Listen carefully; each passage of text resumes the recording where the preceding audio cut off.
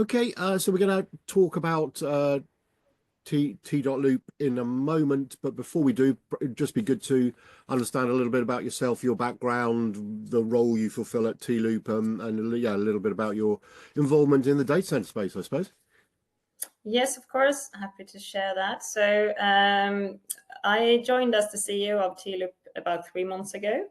I have an engineering background. I did engineering physics in Stockholm, and then I spent a few years at McKinsey, sort of trying to broaden my experience and get into business. But I guess since then, I've worked with different companies that contribute to sustainability one way or the other. I spent a few years at Arla Foods, and then more so into sort of the impact space with impact investing and green tech scaling at Xshore, as well as most recently Solkompaniet, which is a utility scale solar developer in Sweden. Okay, and so you arrived at your current post. I suppose it'd be interesting to understand what it was that attracted you to it, and then perhaps you can tell us obviously a bit more, or in doing so, tell us what the company does. Like, yeah, so what was it that you liked about it, and what do they do? Definitely. Yeah, I mean, as I share both, I guess my experience in impact investing and Xshore, which is an electric boating company, and also Solkompaniet, it all has sort of led me on the journey of energy and the energy transition. And T.Loop, I think, is a really interesting company when it comes to that, and how you can really change the way that you work with a very traditional industry, being data centers, and integrate that into the energy system. So I guess what really attracted me to the company was the combination of really strong market fundamentals when it comes to the growth of digitalization and AI, and the need for more compute power. But adding to that, T.Loop's ability to do this in a different way, a more sustainable way, and more integrated way into the energy system. So really what T.Loop does is that we design, develop, build, and operate data centers.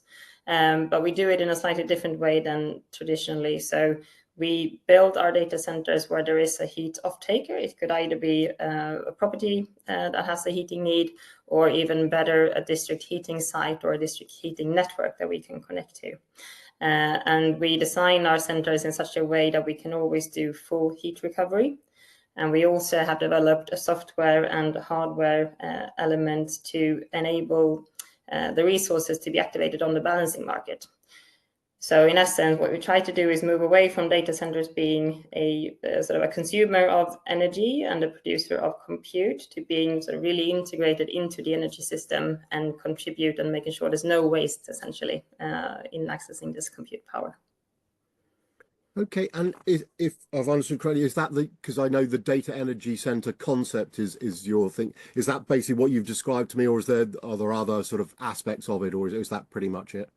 No, that's pretty much it. So thank you for adding that. Exactly. That's what we call a data energy center. So not just a plain data center, but a center that's integrated into the energy system. Exactly. And I guess, I mean, it'd be interesting to understand how, that sounds, easy enough on paper, but in terms of practice, how easy is it to find a location where you can build a data center, where, as you say, you can repurpose or, work alongside local, whether it's businesses or, homes to help with their energy situation? How easy is it to combine those two things, building data centers and helping with the, wider energy situation? Yeah, I mean, in general, this is something that is a challenge for the industry, that there's not enough power or grid capacity to sort of commission all the data, the power capacity that we would like to.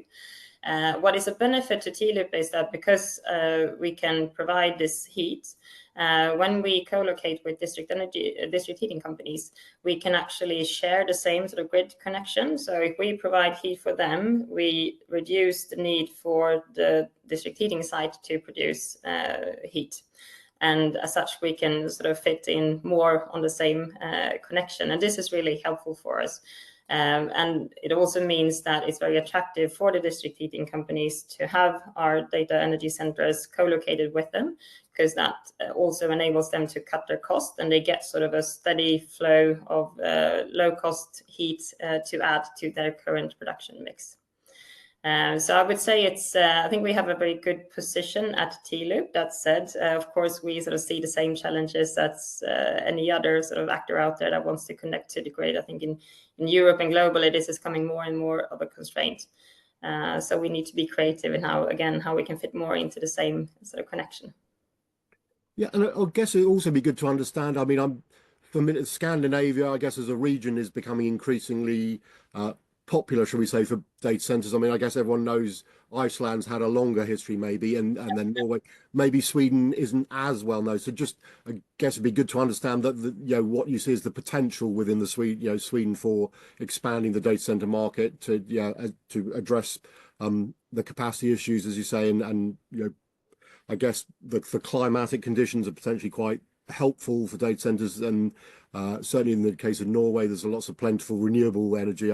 If that's the same case in Sweden, just give us some flavour, if you like, of the Swedish data center opportunity. Yeah, happy to. And I think we hear more and more from investors and other players in the market that the Nordics is becoming more and more interesting from an investment perspective when it comes to data center infrastructure. And I guess a few of the benefits that we have, one is that we have an energy system that's more or less solely based on fossil-free energy, which in terms of sustainability, of course, is very positive. We also have, I guess, especially these days, a relatively sort of stable geopolitical situation. We have sort of internationally competitive fiber connection. We have a national sort of fiber grid. And we also have a sort of skilled workforce. So I think a lot of the fundamentals are there. And there's also a lot of emphasis currently, of course, in Sweden being put on how do we extend and sort of add more capacity into the energy system, more grid capacity, both to support electrification. I mean, Sweden has, as you might know, really sort of made a play out of being well ahead in terms of the green transition, and Northvolt now at the moment has some challenges, but we have other green industries that are growing. So we need more energy, more green energy, both for those types of companies, but also for data center infrastructure. And I think also sort of politically is not only a question for Sweden, of course, but for Europe. I guess the sort of sense of urgency now around AI and being able to be at the forefront, not lose out too much compared to the US or China, etc., is also high on the agenda. And again, we need to be able to support our own data infrastructure for that. And I guess it'd be interesting in terms of the data center's role, because obviously you're describing that you build them so that you can partner with district heating. But you mentioned that the power situation in a lot of places. I was at an event the other day. Basically, the planned build out of data centers and the planned availability of power. There's a fairly significant and increasingly large disjoint, if you like, between those. Yeah. I suppose, what responsibility do you think organizations like yourself have to help develop power? Suggestion about sort of microgrids and stuff, and data centers almost building out their own power supplies, and then at maybe some stage sharing their resources with the grid to help the overall growth of power availability. Is it just your thoughts as to how practical and sensible that is, I suppose? Yeah, no, I mean, I think that it's definitely a shared responsibility. I guess ultimately, I mean, the government and the TSO or Sweden or any other nations sort of need to have a plan for how to extend capacity. But we also know that there is a lot of capacity available that for different reasons we can't access. And that comes back to being able to be more flexible with your connection. So as an example, so this is sort of from my background in the solar industry, I know for a fact that if you want to there are several applications for a certain grid connection, and let's say they are 10, 10, and 10, so it's all 30 altogether, and there might be only 20 megawatts available. But if you can have some flexibility in terms of how these actors can sort of leverage that grid connection, you might very well be able to fit them all in. So it's all about, again, sort of digitalization, but how we steer, how we are flexible in those agreements, and also from our perspective, then how we can contribute to having a better utilization of the capacity that's already there. And that we do by the data energy center concept. And as I described, sort of being able to use our output as an input to the district heating plants. But of course, it's also on our agenda to understand how we can leverage, batteries, as you said, sort of microgrids, etc., to put as little burden as possible on the energy system and still being able to provide our services. And I'm also thinking, governments potentially have a significant role to play to help this to happen, and I suspect across the world they maybe aren't as fully aware of maybe the ways in which they can enable data centers to become sort of good citizens as well as, because I guess they're sort of public persona is not necessarily that great. I guess be good to understand. I mean, is the Swedish government and I guess even regional governments, local governments, do they get the data center sort of argument, or as in the UK, for example, where I'm not convinced anyone quite understands how important they are? Do you think more can be judged? Just your thoughts, I suppose, as to how good an environment it is. Yeah, I think more can be done. I think, again, sort of the acceleration of AI has in a way put this higher on the agenda, but I think there's still a lot of learning to be done, both I think in terms of how we, how do we actually want to sort of design, the data, the digitalization society, if you will, and how we leverage AI and so forth, but also, of course, how we build that infrastructure. And I think, I mean, in Sweden, the debate in the last few years has been very polarized around sort of nuclear versus other sort of renewable sources when it comes to extending the energy system. And yeah, I guess the sort of data center AI topic is coming onto the agenda now, but it's not a big topic yet. I think it will have to be, though. And again, I think both when it comes to data centers and any other grid infrastructure, really, we have to work in a more collaborative way, and in a way where we, again, as we were talking about before, really utilize the existing capacity to the maximum, because it's going to be too expensive to work in the same way and extend the electricity usage in the way that all plans sort of suggest that we will need to do. And just on the sustainability aspect, I know over the last few years the data center industry has made great strides with that, but we can't help but notice there's been a certain amount of pushback in various parts of the world around the issue, net zero targets and stuff. Have you come across any suggestion that your customers, potential actual customers, are less interested as a topic, or do you think it's still very much front and center that people want to make sure that the data center that they go into is, putting sustainability at the forefront, or at least very, very high up the agenda? Or so are you seeing any pushback where people are less bothered as to where your energy comes from and how efficient the data center is, etc.? Yeah, I would say it varies quite a lot depending on customer group, but in general, I think it's a little bit less pronounced on the agenda today than it was probably a couple of years ago, or even just 1 year ago. I mean, some segments like enterprise and also public sector, I think they still have it very high on the agenda. For other customer segments, it might be sort of a nice to have, but not something that they sort of prioritize when they select, for example, a data center provider. I guess in our case, what's really good with our business model is that sort of, a lot of data center companies talk about the fact that they work with heat recovery, and they do to some extent. But at least to our knowledge, no one can do it to 100% in the way that we do and sort of get the economics around it. And in short, what we do differently is that rather than sort of doing the heat recovery as an add-on, you build a data center and then you build the sort of waste heat recovery, we sort of integrate it into the data center design. And that gives us both different we can deliver heat at a more even sort of level and at a set temperature, so we can have an SLA with the district heating company, but it also means that it's more sort of financially viable for us, or it adds sort of revenue and profitability to our business. So in a way, I mean, what we need to do from an IT customer perspective is to deliver a service that's at least as good, or even better than anyone else. But whether you care about sustainability or not is sort of not essential actually to our model, because it's a business that we can drive, on its own. You don't have to pay for sustainability, if you will, if you work with T.Loop. And that's, I guess, helpful when things sort of fluctuate the way that they do now. But of course, we fundamentally believe in it, and to us, it's really important. It's something that we will continue to drive and develop.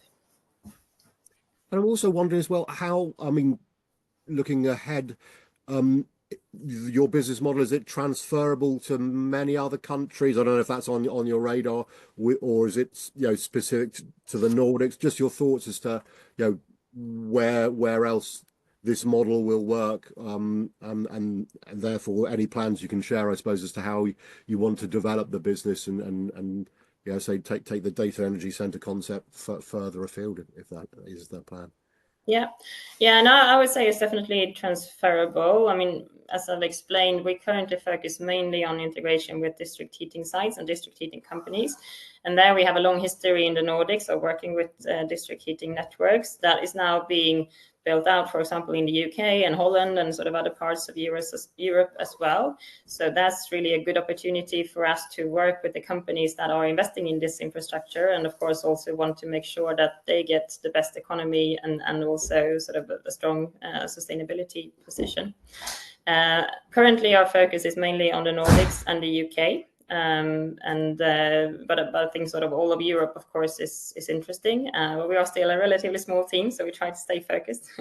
But yeah, Nordics, UK, and then Europe, I would say, is our initial focus.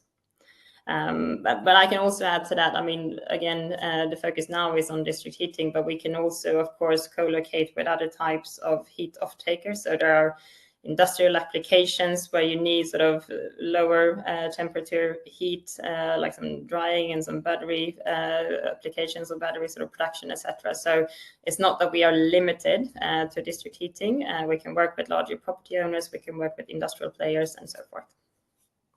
And just to clarify for my sake, in terms of what it is you do, so are you building data centers to order, or are you building data centers and then, you know, getting customers? Clearly there's a long queue of customers, if you like, but how does it work? I say you build specifically for someone somewhere, or you just know there's a good place to build a data center for your business model, and then you look at filling it. Clearly, obviously, between planning and the actual, you know, opening of the data center, there's plenty of time to drum up business, shall we say? But yeah, just how the business model works exactly from the supply chain. Yeah, I guess it's a bit of both, in the sense that, I mean, we do a lot of site development, and then we work with sort of prioritizing and selecting those sites based on what we know about customer preferences. So we have a set of criteria that we sort of match the sites that we identify across, and then we focus on the ones where we can see that there's real customer interest.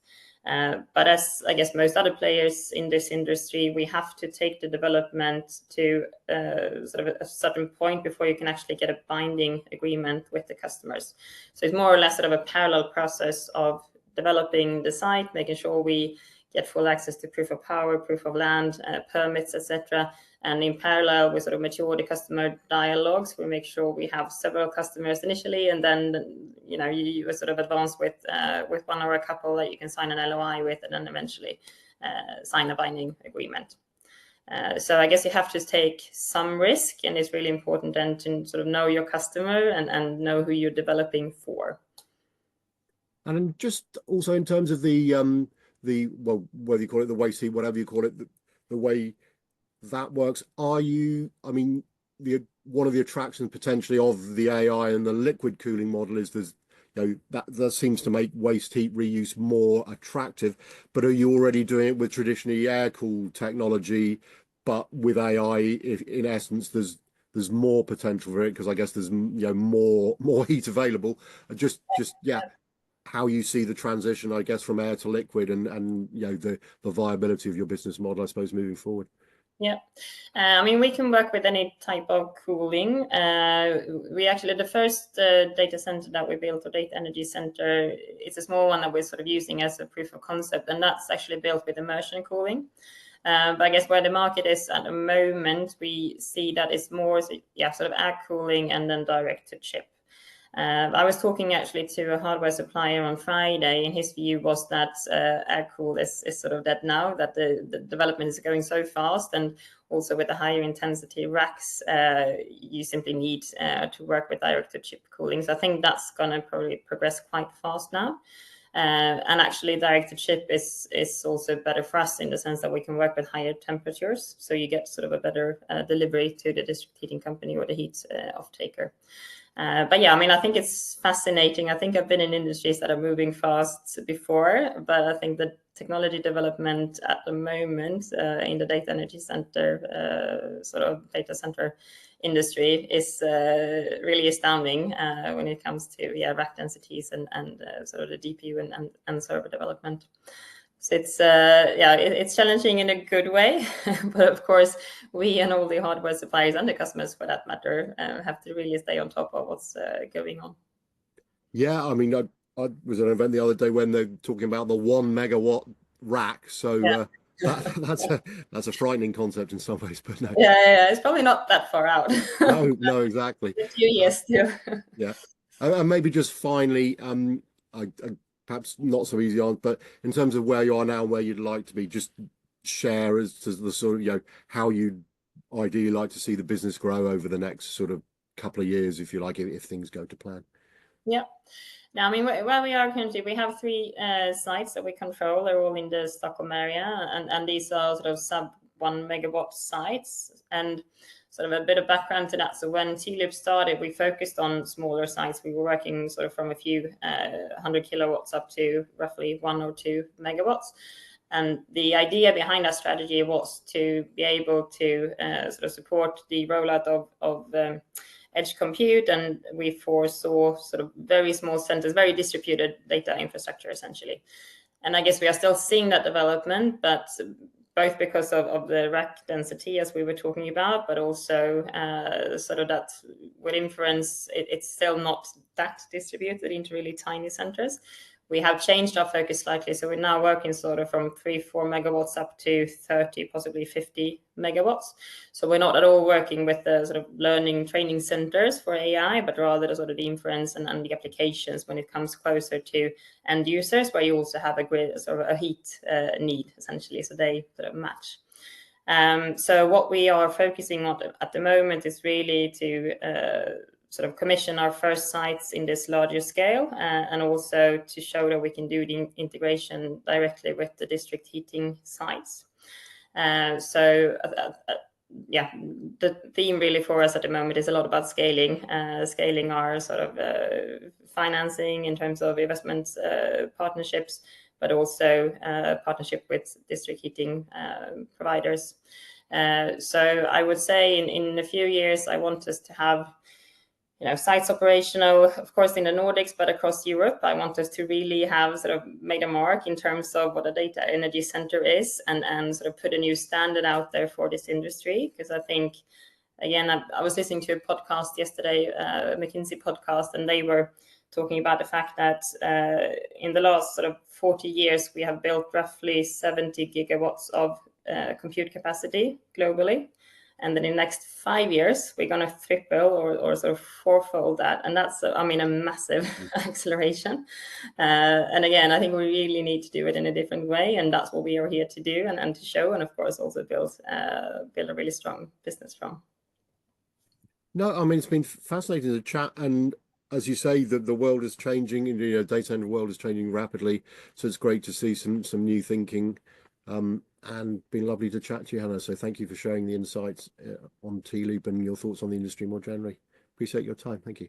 Thank you very much.